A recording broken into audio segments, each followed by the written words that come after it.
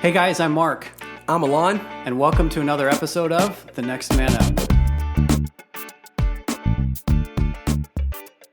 Well, thank you for joining us on this Next Man Up podcast. We're grateful that you're here and listening, and I'm excited today to share with you the second half of my conversation with Kenston Henderson. If you missed the first part, you may want to start there, go back and listen to his story, who he is, how we got connected, and as context for the conversation that we get into today, which is about his message and about his heart for boys and equipping parents to really be engaged. It's a really good conversation. I know you're going to enjoy it. But before we get to this episode, can I ask you a favor? If you are an Apple user or an iTunes user, would you be so kind as to go out to iTunes to our show page, The Next Man Up Podcast, and just leave us a rating? You could also leave us a review too. Tell us how we're doing, what you enjoy, what you appreciate, what you think of the message, the content, what we're about on this podcast. We would greatly appreciate your review and your feedback. Okay, without any further ado, here's the second half of my conversation with Kenston Henderson.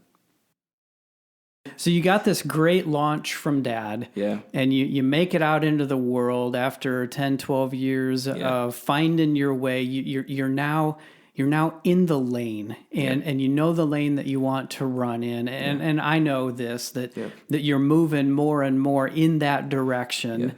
So all of a sudden, you have this idea to write a book, right? You've got this parenting like a boss book idea. So take us through how that came to be and the journey there. So that book came about. I was at a church, and they wanted me to do a small group. They wanted me to lead a small group, and they knew that I was a part of John Maxwell leadership team.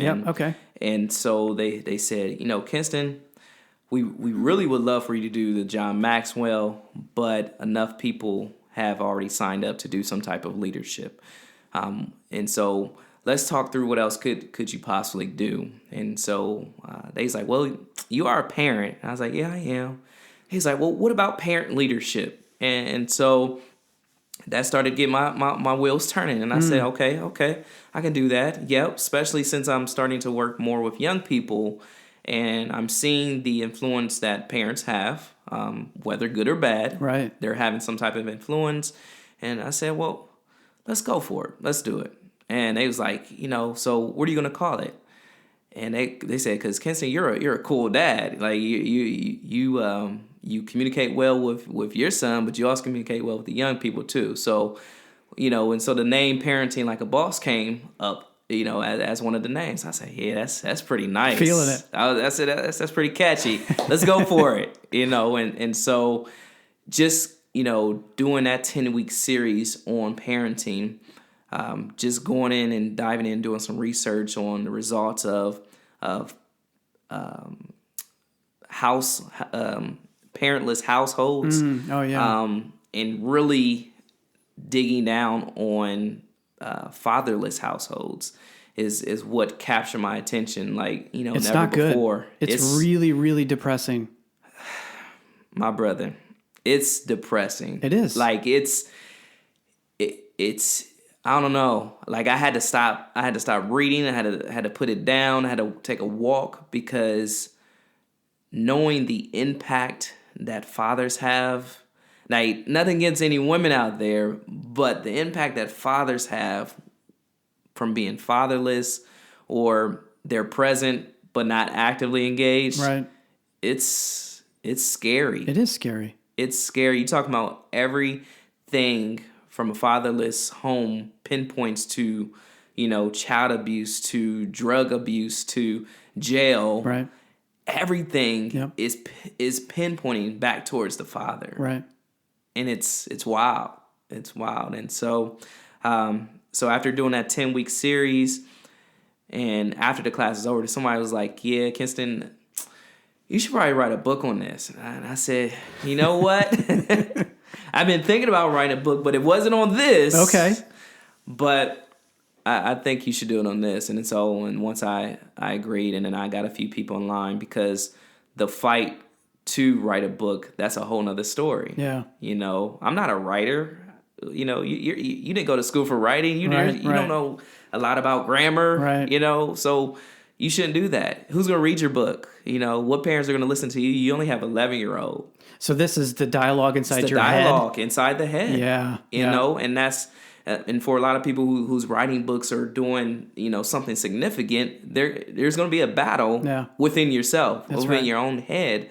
But, I had to push that aside and said someone is going to be impacted by this book. I didn't see too many parenting help books. There's not a know-it-all book on parenting at all. There is no guidebook. There is none. And so I said, but what I can do is contribute from my experiences and from what I researched, and to help. I could just be another voice, another advocate for parents, to encourage them and to inspire them and to equip them, if they are willing to take a checkup on themselves. We would be impacting this world in a great way. Oh yeah. So yeah, it's interesting that you had the reaction of, I've got to put this research down because it's too depressing. I've had similar reaction. Not so much reading technical papers and statistics, but reading books, just various books on the role of a father, the impact of a father, the impact of fatherlessness. Yeah. And it's like, I got to get my head out of this because it's so bad. It starts to feel, at least for me, it felt overwhelming. Like, how in the world can I begin to even make a dent into this problem? It's just so big and pervasive. Yeah. And it makes me feel a little bit sane and normal that I wasn't the only one that had a reaction like that. You are not the only one. You are not the only one. So who's your book for? Like, if you picture the ideal reader, who are you going for? And then what is the message really that you're conveying through the pages? So my ideal readers are people who are, I would say, who are just now beginning the journey of parenthood, but also those who have lost their parenting way, I would say, but are trying to find their ways back into their children's lives. Yeah. And because there's different stories, there's different things about, one of my big words are consistency and determination. Okay. And if you are consistent and you are determined as a parent to be in your child's life, it can happen. And your relationship can be mended back together. And my thing is really not making any excuses as a parent. You can't blame your mom and dad because they weren't a good parent to you anymore. Those days are over, and it comes with you making that choice for it to be over. Yeah. So, what other types of excuses do you think are pretty common that kind of get in the way of parents doing what they need to do? One, I'm a single parent, and I'm too busy. I'm working 2 or 3 jobs, and you can be working 2 or 3 jobs. However, you can be intentional with your time. Yeah. To make sure that you're consistently giving your time to them. Well, I'm in jail. Okay, so we say, you're in jail, you can't see your child. There's no excuse. You can still write them a letter every month or every day. Be consistent with it.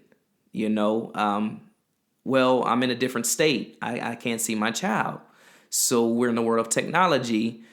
Let's remove the excuses. We have Skype. Right. We have Zoom. Right. We have FaceTime. We have whatever it is. Right. You have an internet connection. You got a connection. Right. So just removing all the excuses off the table. Yeah. If you're at, like I see a lot of families during, the holidays and, they're at restaurants, but I see oh my gosh, 5 people all with their phones out. They're on their device. Yeah. So look, you got an iPad, you got the iPhone, you got the Droid, whatever it is. Right. But nobody is interacting. Yeah. You know what I mean? And so put the rule down to say, hey, there's no internet at the table, and have the conversations that need to be had. Making rules, telling kids no, establishing some guidelines. You are the parent. Because if you don't give structure, then they're going to do whatever they want to do. Right. And then you're going to wonder why, maybe a couple years later, they're not listening to you. Right. I don't know. Right. You know this from your John Maxwell training and from your leadership focus, but leadership extends beyond just the organizational, the corporate, the business world. It is in the house, right? And leadership, good leadership, does not accept excuses. Yeah. And so I really like how you gave a couple of examples of scenarios where you think it could be, and it is really hard. It's hard. And you think, okay, maybe this guy gets a pass. No. Mm-hmm. The leader says, no excuses. I'm going to figure out a way to do this. Yeah.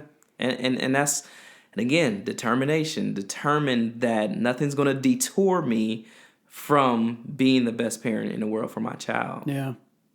Like, what are you going to do? And so I challenge people in my book, because I have a goal setting session in the back where you're able to write some goals to conquer. Because I feel for men, we need things to conquer. And if we can start conquering some things, we're going to start getting our mojo back, and we're going to want to be the best father in the world. And that's one of those goals, is to help people say, I need to be the best. Yeah. Instead of conquering the boardroom or the gym or the bank account, let's be a conqueror. Or the pulpit. Yeah, exactly. Let's be a conqueror at home. At home. And not in and I think our listeners know this, not in an aggressive or dominating way, but in a way that prioritizes and values things that really matter, like relationships and the influence you have on your kids. Yes. And so I'm glad you said that, because a couple people have taken, my book out of context, the title of Parenting Like a Boss. Now, we're not saying a boss like cracking the whip type of boss, but no, it's an attitude, it's a pride, a good pride, where we're saying that, again, we're all in. We're going to be all into this process, to this gift that we've been given from the good Lord above, to be the best parent we can be, with no excuses.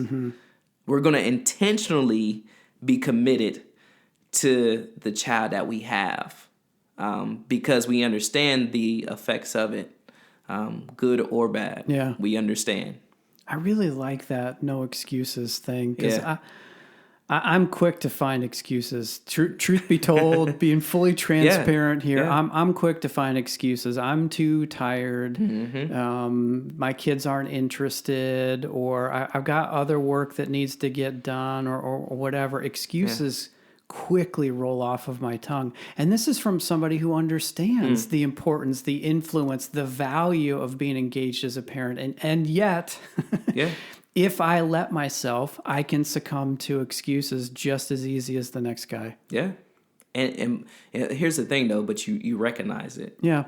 And that's what we're just trying to do. And both of us, what we're trying to do is getting people to stay aware. Because those thoughts, again, it's those thoughts that are coming in our head that are saying, we'll get to it later. That I hear them playing. They don't need me right now. Right. So, for example, my son, he...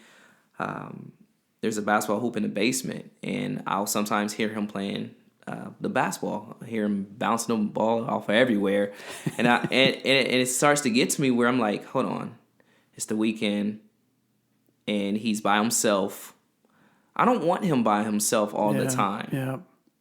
Let's go engage.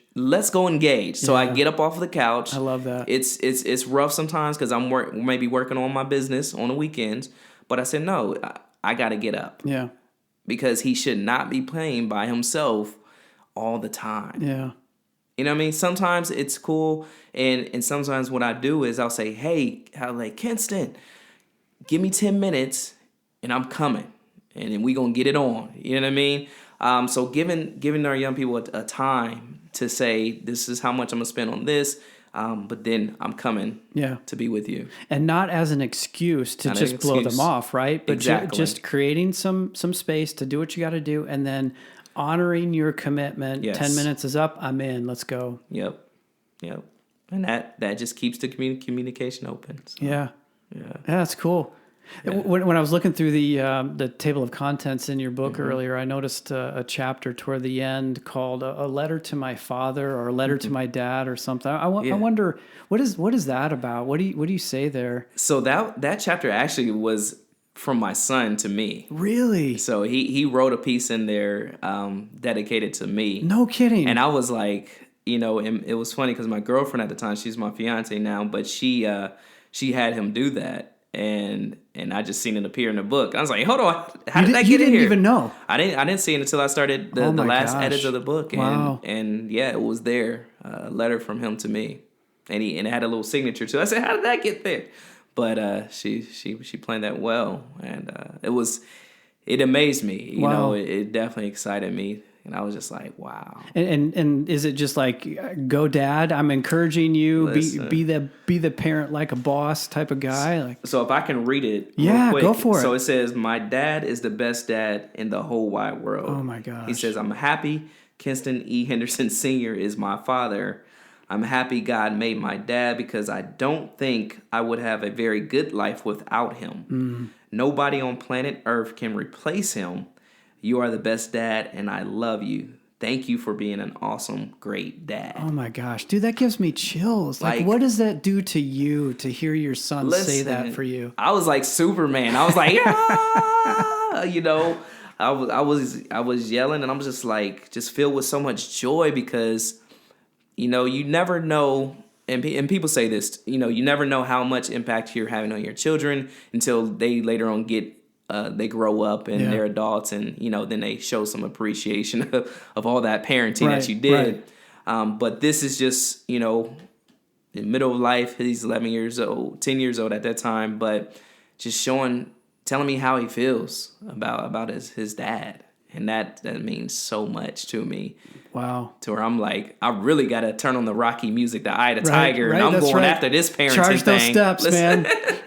I'm going to be the best father in the world for him. Wow. And he gets it. So it's awesome. Yeah. Part of my story, I haven't told you this.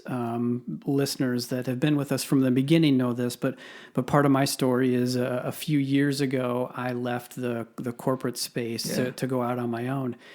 And it really created some capacity for me to engage, to physically and emotionally engage, because I was spending so much time in the work space that I just had crumbs when I got home. I didn't have my good stuff when I got home. And not too long ago, I can't remember, it was either birthday or Father's Day, my oldest, who is now halfway through his first year in college, he wrote me a letter or as part of this card or whatever, and he said, Dad, the last year has been the best year of my life. Thank you for being around. Wow. Thank you for being engaged. And I read that, I was like, man, I want to cry. It almost brought me to tears because the decision that I had made years prior to that, to be around, to be engaged in the mix with him, it paid off. Yeah. Because he's able to say, this has been a fantastic year. And so that's amazing. Your example, my example is just continuing to affirm the power of a dad being around and speaking into his kid's life. Listen, there's nothing like the voice of a father. Yeah. There's nothing like a voice of a man, but there's nothing like a voice of a father who speaks life. Yeah. Like someone else can tell, my son or your sons that they did a good job. They can tell them they did a great job. They did an awesome job, that they rocked it, they killed it, they did everything. But it's nothing like hearing it from the father. Right.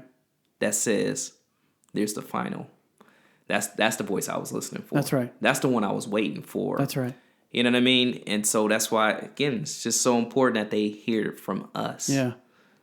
It's so powerful, man. It's so powerful. And we have such This is going to sound repetitive. I know. Bear with me, listeners. We have such influence over our kids. If we only understood, and sometimes I think I get it, and sometimes I think I don't even fully understand the influence, but we have such influence for good for our kids. If only we take up the mantle and we parent like a boss. Take it, Yeah. and wear it with pride. Yeah. Like I have pride, because there's good things, bad pride and good pride, but I have the pride of being a father, of being a parent, that I'm not going to let anyone parent my son. That's mine. Right. It's your responsibility. That's my responsibility. That's I'm right. not giving it to the teachers. I'm not giving it to community leaders. I'm not giving it to the government. That's my son. Yeah. And so we have to have that parent pride to say, no, I'm going to do this. I'm going to be active. I'm going to be engaged, because I don't want the wrong person speaking into my child's life. Yeah. Yeah. You know what I mean? And so I'm an advocate for teachers. I'm an advocate for community leaders. Yeah, absolutely. They have a significant part to play, right? It takes a village. Yeah. But the voice that the biggest voice that my child should be listening to is mine. Yeah, we can't outsource that. Those are the words that I've been using. We can't outsource it. Wow, that's good. Right? We can't. It's ours. We can't. Yeah. And it's not, I don't want to put a heavy weight on parents, but I have to urge you and encourage you to step up. Yeah. Because again, there's so many, statistics show that if the parents are not raising their kids, then that means other kids are raising themselves. Right. And if kids are raising themselves, that just means a mess. Right. That's right. Just look around. You can see it. And anybody can go into a school. Like I go into my son's school in his class, and I can tell immediately right off the back who was being parented and who was not. And it's sad. Yep. Because it's when Kenston's dad comes in the classroom, it's yay. And then I'm like, why are they so excited? Yeah. But I already understand that there's a disconnect with parenting. Yeah. But that's why I'm encouraging, and that's why we're encouraging together, and get as many men, get as many women who will turn their hearts to being actively engaged parents and putting down the excuses. Yeah. To say, this is my child. That's good. This is my child.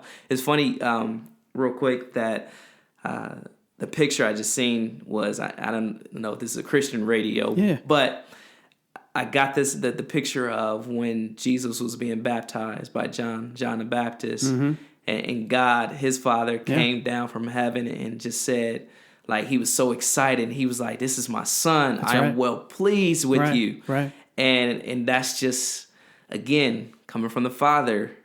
Anybody else could have said, oh man, Jesus is getting baptized, congratulations. But it was coming from his Father. Yeah. Then it was like, that was, boom, that was the boss stamp. That's right. Of approval. That's right. Yeah, this is my boy. Yeah. I'm proud of him. Yes. That's the way I like to tell the story. And from a ministry standpoint, at least the text does not record anything done up to that point. Yeah. Right? Yeah. No miracles, no walking on water, no healings, no sermons, nothing up to that point. And yet, God the Father looked down and said, that's my boy. I'm proud of him.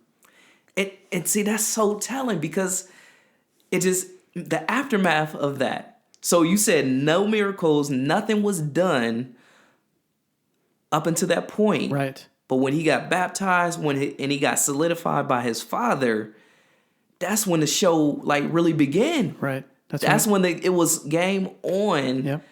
When Jesus walked in his purpose. Yeah. So imagine if we would speak life into our children, how much of their lives will be lived out more purposefully, and they can live their best life when we as fathers and mothers open our mouths and speak life to them. Yeah, from the beginning, right? Jeez, from the beginning. Launch them with that right out the gate. It's good stuff. The world is going to be a great place. Yeah. It's a great place already, but the more we get parents active, you're going to see it. It's going to evolve. Yeah. It's going to be evolved.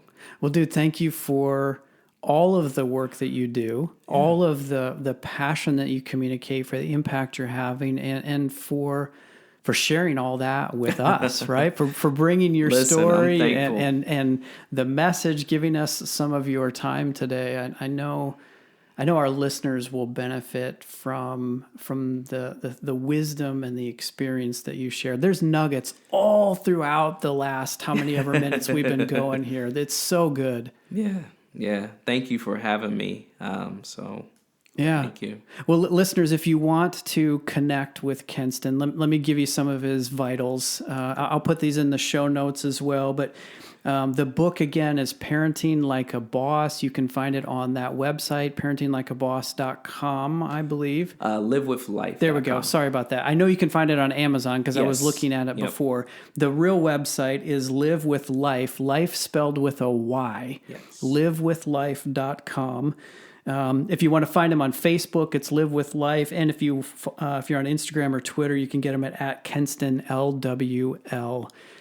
Kenston, once again, thanks for being here. It's been a great conversation. I'm sorry Alon couldn't join us. He'll have to listen to. I know. Get better. or maybe we'll have you back again and see how the book's going, or what else is on your heart that God's put in your path to do. But it's been an honor to have you here. And once again, props to you. Kudos to you. Keep going. Thank you. There can't be enough of us in this fight, because the battle is big. Yeah. We may be on different fronts, but we're fighting the same fight. So so good on you, man. We got coming from different angles, and but we're going for the goal. Same goal. That's right. That's right.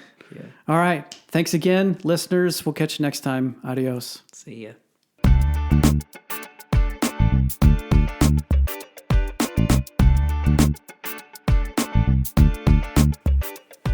Hey, listeners, thanks for journeying with us on this Next Man Up podcast. We would love to hear from you. Maybe you have a question or an idea, perhaps a topic for us to consider. If that's you and you want to reach out to us, you can get us at feedback@thenextmanup.com. That's feedback@thenextmanup.com. Again, we'd love to hear from you. Until next time, we'll see you later.